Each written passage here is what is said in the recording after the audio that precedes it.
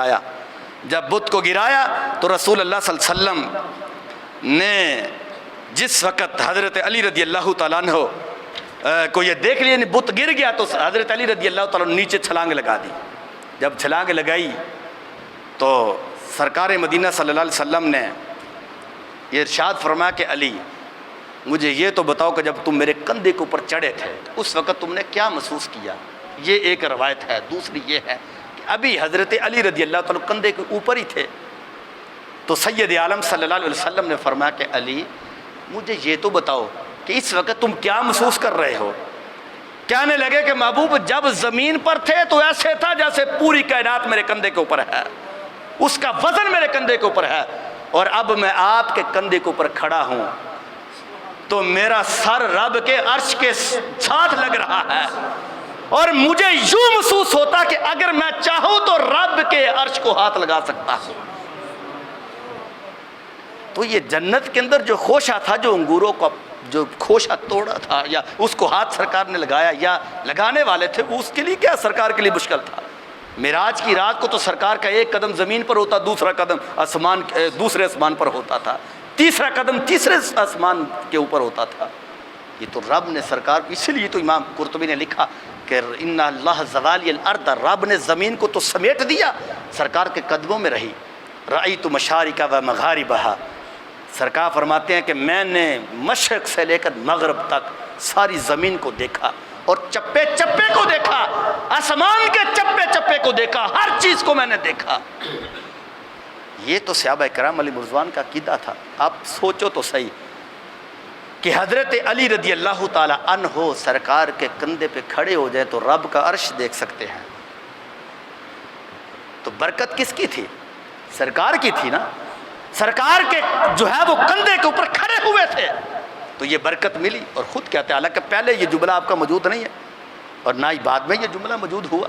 پہلے یہ جملہ تھا اس لیے کہ سرکار کے کندھے, اتنی برکت تھی سرکار کی. تو آپ سوچو تو صحیح کہ جس کندھے کے اوپر حضرت علی کھڑے ہو تو ان کی بلندی یہ ہے کہ آسمان کا جو رب کا عرش ہے اس کے ساق کے اوپر حضرت علی کا سر لگ سکتا ہے. تو اس ہجرت کی رات جب حضرت صدیق اکبر رضی اللہ تعالی عنہ کے کندھے مبارک کے اوپر چڑھ کر سرکار نے اس پہاڑی کا سفر کر کے 5000 فٹ بلندی کے اوپر غار میں داخل ہوئے تھے, ذرا اس کا بھی تو سوچو کہ پھر سیدنا صدیق اکبر کا مقام کیا ہوگا, کیا مقام آپ کا ہوگا. اور بلکہ یہاں تک کہ لکھا ہے مورخین نے اور مسند الفردوس میں اور دیگر کتابوں کے اندر موجود ہے کہ جس وقت ہجرت کی رات سرکار گئے تو اس وقت حضرت سیدنا صدیق اکبر رضی اللہ تعالیٰ کہنے لگے کہ مجھے تو پیاس لگ گئی ہے, پانی پینا چاہتا ہوں. تو سرکار مدینہ صلی اللہ علیہ وسلم نے فرمایا یہ غار کے دروازے پر باہر جاؤ تمہیں پانی مل جائے گا. اور یقین جانے کہ یہ روایت میں نے پہلی مرتبہ پڑھی ہے اور یہ روایت مسند ابی یعلا مجمع الزوائد, مسند ابی یعلا جلد نمبر 3 صفحہ نمبر 179 اور مجمع الزوائد جلد نمبر 9 صفحہ نمبر 68 کے اندر یہ روایت موجود ہے. جب سیدنا صدیق اکبر رضی اللہ تعالیٰ عنہ باہر نکلے تو باہر دیکھا کہ ہر طرف پانی ہی پانی ہے کہ جیسے دریا چل رہا ہوتا ہے.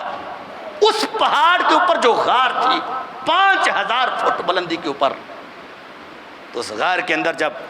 وہ باہر نکلے پانی پیا, حضرت سید صدیق اکبر رضی اللہ تعالیٰ عنہ کہتے ہیں کہ میں نے سرکار سے کہا محبوب اتنا میٹھا پانی, اتنا میٹھا کہ شہد سے زیادہ میٹھا اور دودھ سے زیادہ سفید تھا, وہ میں نے پانی پی لیا ہے. محبوب سرکار صلی اللہ علیہ وسلم نے جب یہ بات سنی تو سرکار مسکرائے. سرکار نے فرمایا کہ اے ابو بکر صدیق تم جانتے ہو کہ یہ پانی کہاں سے آیا تھا, کہاں سے یہ پانی آیا تھا. حضرت صدیق اکبر رضی اللہ تعالیٰ عنہ کہنے لگے کہ محبوب مجھے تو خبر نہیں ہے, مجھے اتنا پتا تھا میں جس طرف دیکھتا تھا پانی پانی تھا. تو سید عالم صلی اللہ علیہ وسلم نے فرمایا کہ اے ابو بکر صدیق رضی اللہ تعالیٰ عنہ, فرمایا رب کریم نے جو جنت کے اندر نہریں ہیں ان نہروں کے اوپر جس موکل کی ڈیوٹی تھی رب ذوالجلال نے اس موکل کو حکم دیا کہ ایک جنت کی نہر کا منہ حضرت صدیق اکبر کی طرف موڑ دیا جائے گا۔ جس جگہ پہ رب نے اس کا منہ جو تھا اس پہاڑی کی طرف موڑا، اس غار کے دروازے کی طرف موڑ دیا، اور صدیق اکبر یہ صرف تمہارے لیے تھا۔ تو کہنے لگے، جب یہ بات سنی تو حضرت صدیق اکبر رضی اللہ تعالیٰ عنہ بڑے خوش بھی ہوئے، رب کا شکر بھی ادا کیا، اور ساتھ انہوں نے ایک جملہ بول دیا، کہنے لگے کہ محبوب علیہ السلام، میری رب نے اتنی عزت اور حوصلہ افزائی کی ہے اور اتنا مقام میرے رب نے رکھا ہے میرا۔ تو نبی کریم علیہ السلام نے جملہ آگے کیا ارشاد فرمایا، صدیق ہاں، والذی بعثنی بالحق نبیا لا يدخل الجنۃ مبغضک ولو کان لہ املا 70 نبیا۔ اے میرے صدیق اکبر رضی اللہ تعالی عنہ، قسم ہے اس ذات کی جس نے مجھے حق کے ساتھ مبعوث فرمایا ہے، فرمایا تمہارا دشمن جنت میں کبھی بھی داخل نہیں ہو سکتا، اگرچہ وہ تمہارا دشمن 70 نبیوں جتنا عمل کیوں نہیں کر لیتا ہے۔ یعنی جتنے 70 نبی رب کی عبادت کرتے ہیں، اگر وہ اتنی عبادت کرنے کی طاقت رکھتا ہو لیکن اس بندے کے سینے کے اندر بغض صدیق اکبر ہو،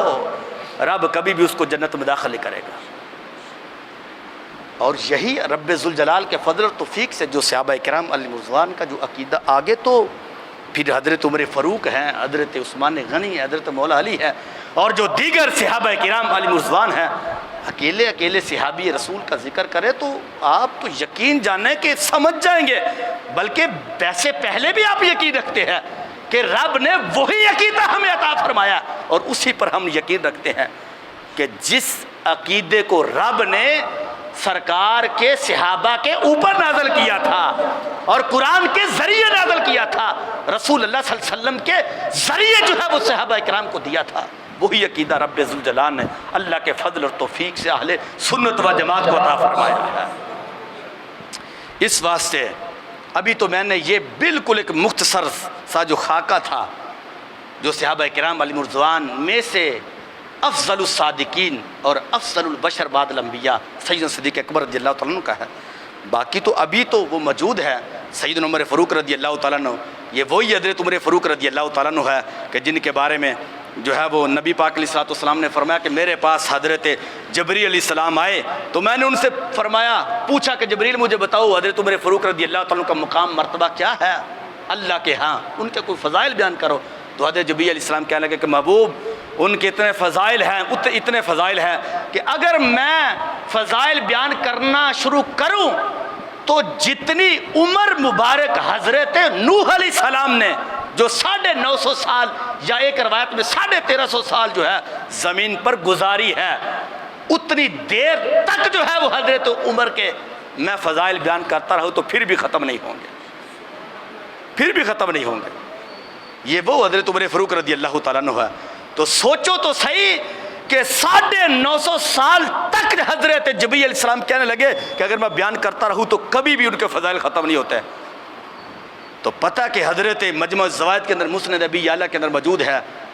فرمایا وَإِنَّ عُمَرَ لَحَسَنَةً مِّنْ حَسَنَاتِ ابی بکر، فرمایا عمر فاروق رضی اللہ تعالیٰ عنہ تو حضرت سید صدیق اکبر کی جتنی بھی نیکیاں ہیں ان نیکیوں میں سے ایک نیکی ہے، کہ یعنی آپ کی جتنی نیکیاں ہیں ان سب نیکیوں میں سے ایک نیکی حضرت عمر فاروق ہے۔ تو جب ایک نیکی حضرت عمر فاروق ہے تو پھر سوچو حضرت سید صدیق اکبر کی دوسری نیکیوں کا کمال کیا ہوگا۔ اللہ کریم کے حضور دعا ہے کہ رب ذوالجلال سید عالم صلی اللہ علیہ وسلم کے عظیم مرتبہ کے طفیل ہمیں اسی عقیدے پر جو صحابہ کرام علیہ رضوان کا عقیدہ ہے آخری دم تک رہنے کی توفیق عطا فرمائے۔ وما علیہ الا البلاغ۔